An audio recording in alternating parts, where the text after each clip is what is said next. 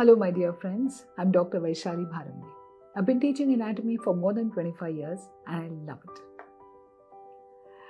Today we're going to talk about something very interesting, development of external genitalia, male and female. While it is interesting for you, remember it's a very crucial development which can result in some very horrifying anomalies which result not only in physical disorders but also emotional trauma to our patients. So let's look at this lecture, understanding the gravity of what we are learning today. Come. So now what you're seeing here, I'm going to show you a lot of images because this development will need you to keep on building mind images. So use the images wisely. This is a section through the developing embryo. This yellow sac in the center that you're seeing is the yolk sac. Remember how the yolk sac got enclosed inside the developing embryo? So this is the midgut. This is the surface ectoderm, the black line, and therefore this is the hindgut. Okay, the lower end of the gut tube, which is reaching the surface here, forming a bilaminar structure called the cloacal membrane. There are two parts in the body where there are only two layers, the cloacal membrane and the buccopharyngeal membrane. Instead of trilaminar, you find bilaminar structures here. So focus on the hindgut. This hindgut was a tube, but as it reaches close to the surface, close to the cloacal membrane, it begins to become a little fat, okay? And it dilates to form the endodermal cloaca. It forms the endodermal cloaca, okay? And it is here reaching the cloacal membrane. So lower end of hindgut has now formed endodermal cloaca. Hindgut is always endoderm. Okay, that's the cloacal membrane. Now observe that the cloacal membrane at this point is facing anteriorly. Take a look. This is the endodermal cloaca. This is the cloacal membrane. You can see how it's facing anteriorly. See, your cloacal membrane is your perineum. Your perineum is facing downwards. What is it doing facing forwards? So what happens? The lower abdominal wall below your umbilicus has not developed yet. As it begins to develop, you see the cloacal membrane from facing forwards to facing downwards to facing downwards. As the abdominal wall over here develops, the cloacal membrane begins to grow, pass downwards till you have a perineum that is facing downwards. Okay? Right. So, now what happens? This downwards facing cloacal, use your hands please. This downwards facing cloacal membrane slowly develops a small depression below it. Can you see a depression below my hands? This depression is called ectodermal cloaca because it is lined on the outside by ectoderm. Do this with me please. Cloacal membrane facing forwards. As the lower abdominal wall will develop, it begins to face downwards. Then it develops a little depression below it. This depression that you are seeing is called as the ectodermal cloaca. Come. So that's the depression. So what have you got? You've got an endodermal cloaca, you've got a bilaminar cloacal membrane below it, and below that a little depression called as the ectodermal cloaca. What happens now is all these get divided into two. Each of them, endodermal cloaca divided into two, the cloacal membrane divided into two, ectodermal cloaca divided into two. How? Come take a look. So endodermal cloaca is divided by a urorectal septum. Can you see from 1 to 2? Clearly easy. Don't bother your brain over the details, okay? Just understand the basics. So now you've got an anterior part called primitive urogenital sinus and a posterior part called primitive rectum, which will develop into the anal canal. Forget about it at this stage. Now focus on the primitive urogenital sinus. Similarly, cloacal membrane will be divided into two. So when the urorectal septum fuses with the floor of perineum, the cloacal membrane got divided into anterior urogenital membrane, posterior anal membrane. Again, forget the anal membrane, focus on the urogenital membrane. Third case, you had an ectodermal cloaca, remember? The depression? That also gets divided into two. As the urorectal septum fuses with the perineum, there is an anterior depression and there is a posterior depression. Anterior depression lies below the urogenital membrane and is called primitive urethral groove. This is very, very important. Focus on it. Posterior, of course, lies below the anal membrane and is called proctodium or anal pit, which results in development of the lowermost part of the anal canal. We will not focus on that. So, what are you focusing on? Primitive urethral groove. I want you to now come to what is happening from the outside. All this is happening inside. What does it look like from outside? Come. This is your urogenital membrane lined on the outside by ectoderm. Urogenital membrane. Below that there is a depression, right? This depression, this is the anal membrane. This depression below the urogenital membrane is the primitive urethral groove. This space that you are seeing is your primitive urethral groove. But my hands, the folds that are here are called as the genital folds. And beyond that there are two more swellings which are called genital swellings. Does this look a little familiar to you? It should. So you should imagine these two, the primitive urethral groove and the anal pit, as two cup-like structures situated in the perineal region. An anterior larger cup is your primitive urethral groove. The posterior smaller cup is your anal pit. Okay? Think about it. Use the analogy if it helps you. At the anterior end of all this, there is a projection which is called as the genital tubercle. Now, all this anatomy is crucial for development of the reproductive genital organs. So, you need to really remember all this. Right. So, what are we going to focus on now? Primitive urogenital sinus, urogenital membrane below it, and the primitive urethral groove below that. Primitive urethral groove, cranially bound by genital tubercle, on the sides bound by genital folds and genital swellings. Clear? That's what you're going to focus on. Right. So now let's talk about fate of the primitive urogenital sinus. Understand that this is your primitive urogenital sinus divided by mesonephric duct into an upper part called vesicourethral canal and a lower part called definitive urogenital sinus. You don't have to remember everything, but I want to slowly bring your attention to this definitive urogenital sinus, which is the lower part of primitive urogenital sinus. Okay, definitive urogenital sinus.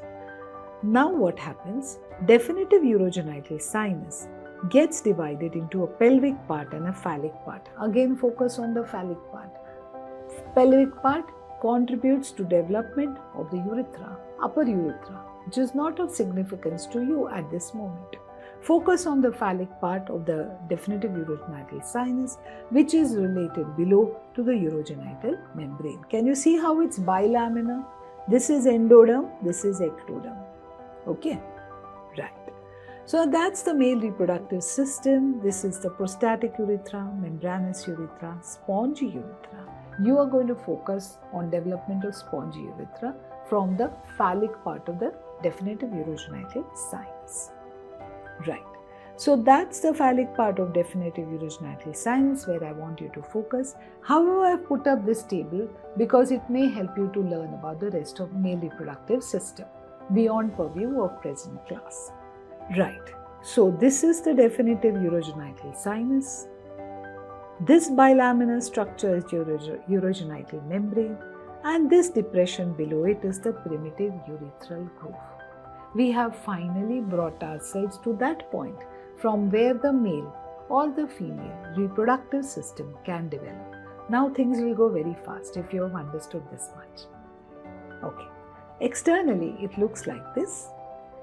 This is the primitive urethral groove. This is the urogenital membrane visible through it. This is the genital tubercle present cranially. Genital folds on either side. Genital swellings beyond that. Make this knowledge 100% imprinted in your brain. Now what happens? Development of the male external genitalia. Remember, androgens are a must for this. If there aren't enough androgens, there's going to be a problem. Come. So now that's the genital tubercle, which begins to grow forwards in the anterior direction, developing what is called as a phallus. Okay, so that's the phallus. If you take a section of it, it looks like this. This here is the primitive urethral groove. Remember primitive urethral groove? If the genital tubercle grows forwards to form a phallus, the groove grows forwards along with it. I'll explain it better. Wait it out.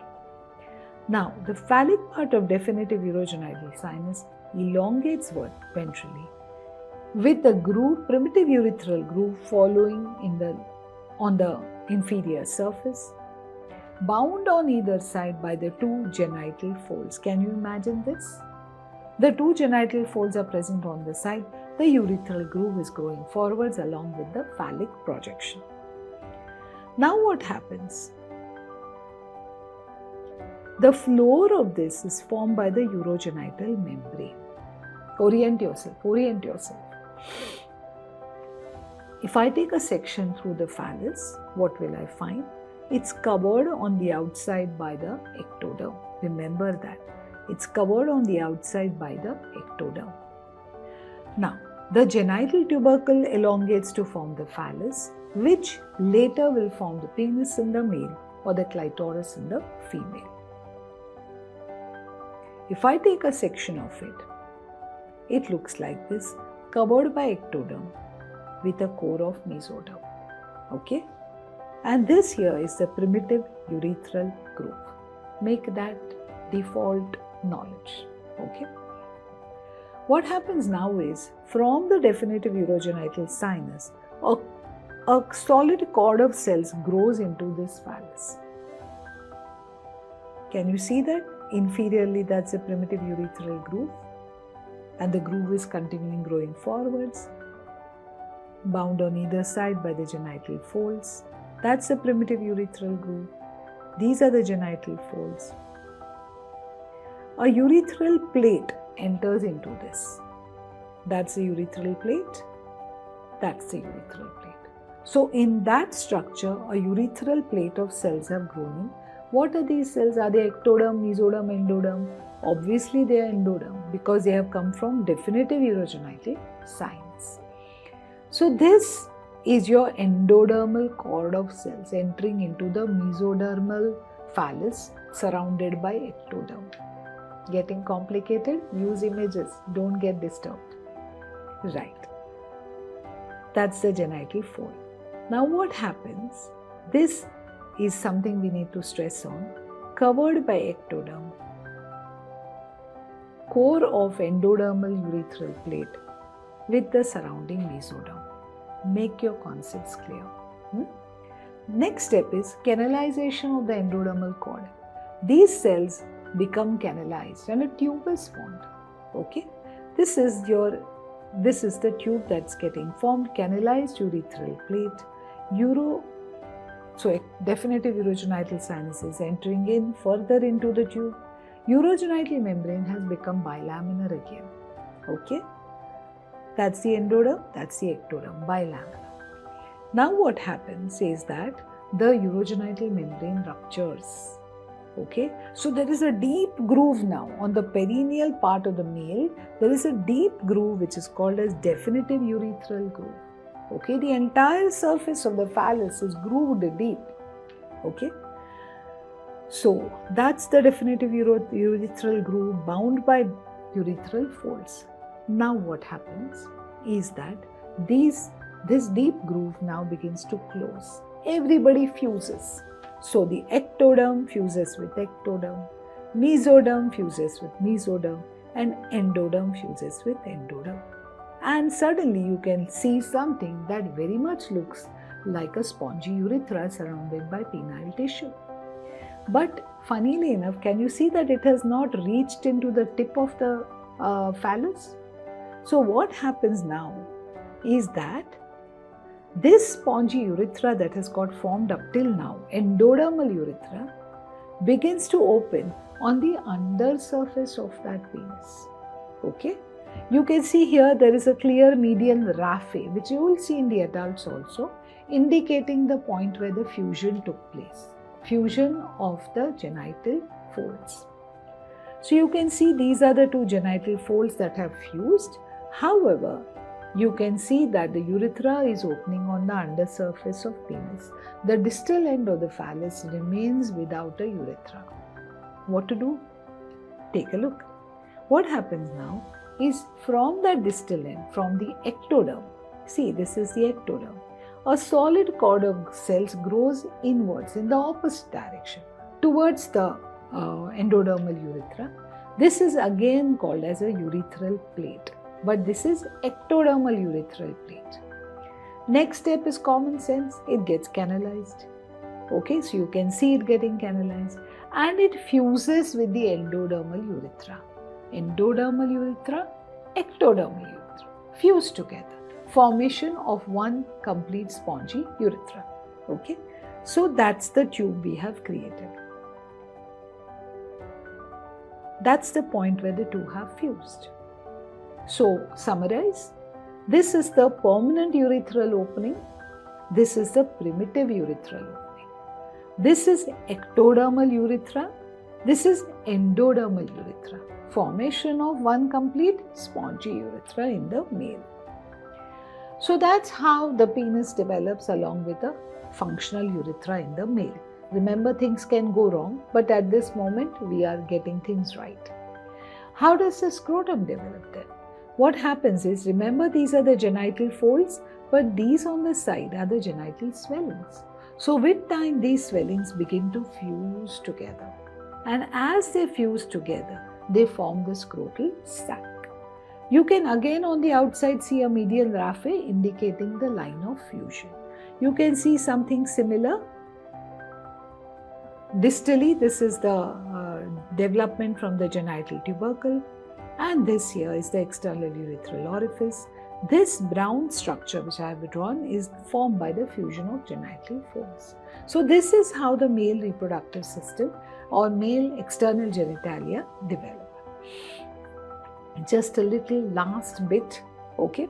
So this is the ectodermal covering of the penis.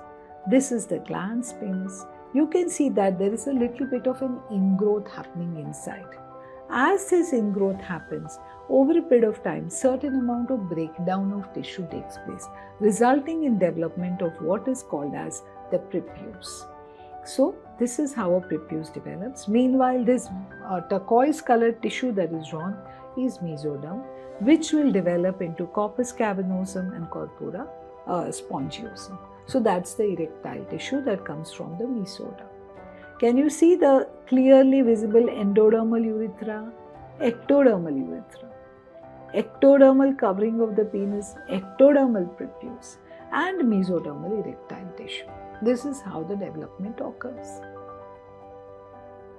Right. Then what happens in a female? In a female, basically the idea is nothing fuses. Okay. So the genital folds don't fuse, they form labia minor. The genital swellings don't fuse, they form labia majora. The primitive urethral groove persists, forms the vestibule, in which you will find the opening of urethra as well as vagina. Just non-fusion, that's all that is happening in the female.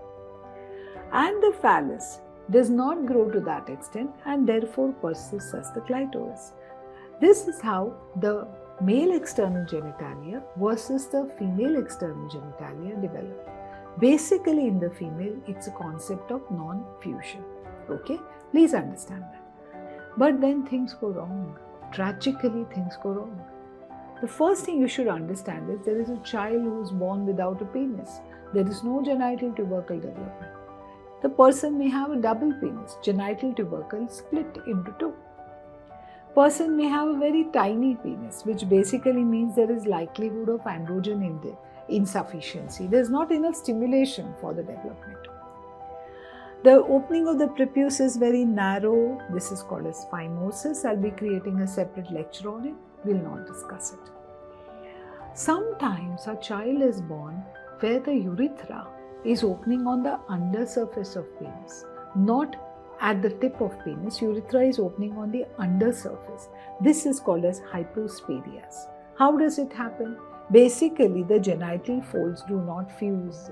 If they don't fuse, you can have an urethral opening at the very distal end. You can have an urethral opening somewhere in the middle of penis. You can have an urethral opening at the bottom of the scrotum. So this child is basically unable to have a stream of urine because the urine is trickling through his urethra because of these non-fusions. Okay, so you can just imagine that the genital folds have not fused, and that's it. That's why Hypospadias takes place. You can also have the opposite side. So the urethra is open on the dorsal surface of penis. This is comparatively rare. Okay, you can see it here in this image, how it remains open on the dorsal surface. Right. Sometimes you have a condition where there is a complete perineal non-fusion. Nothing fuses. So what will you think? You will think this is a female, isn't it? Because nothing has fused. So everything looks like female reproductive system. But the child is a male. And this is called Pseudohermaphroditism. The child is a male and looks like a female. Pseudohermaphroditism. Whereas in a female, the genital swellings do not normally fuse. But sometimes they may fuse a little. Because the genital swellings have fused a little, the parents assume that this is a male child. But she's a female. Okay, so what happens? She may at some point hit puberty, and suddenly the whole the world crashes for the child when he realizes that he is really a female. Okay, so that's how external genitalia, when they are in an ambiguous state, it's important to use modern techniques like karyotyping or whatever else you have at hand to diagnose the child genetically, not on the basis of purely what appear to be the genitals of that child. Okay, this is serious. While we find it academically interesting, it's the life and death and for that child, for that person who is going through tremendous emotional trauma because of maldiagnosis of the very gender of that person. Right. So what have we learned today? We've learned a lot. I'm thankful for your patience. It's not an easy class and you seem to have seen it through. Now that if you're here at this stage, you've seen it through. Good for you. So what did we learn? We learned about first the basic embryology. Primitive urogenital sinus, urogenital membrane, primitive urethral groove, external appearance, genital tubercle, genital folds, genital swellings. And then we began to systematically fuse things to produce the male external genitalia and not fuse things to produce the female external genitalia. After that, we went on to have a discussion on anomalies of this development. I have understood the gravity of the class I have taken today, and I hope I have passed on the gravity to you as well. Remember, genitalia create a level of inquisitiveness in everybody. It's a natural reaction. But we as medicos have to understand the gravity of the appearance as we are viewing them. We must be mature enough to understand the repercussions of a maldiagnosis at that age. Okay? With this, I end this lecture with the advice that please watch Development of Male Reproductive System Part 1, Development of Male Reproductive System Part 2, Cryptorchidism, Embryology of Hydrocene. All these are part of my Development of Male Reproductive System series. Do watch them to have a thorough knowledge of this topic. And please share your thoughts about these lectures in the comment section. Like and subscribe if you genuinely learned something today. There are a lot of MCQs and notes on these topics on my website. Feel free to go there and access this knowledge and use it to understand where you are in your journey in medical field. Okay. So, all right. Thank you for watching. Please watch this again to really understand this rather complicated topic. Thank you. I'll see you across the screen in some other video. Bye.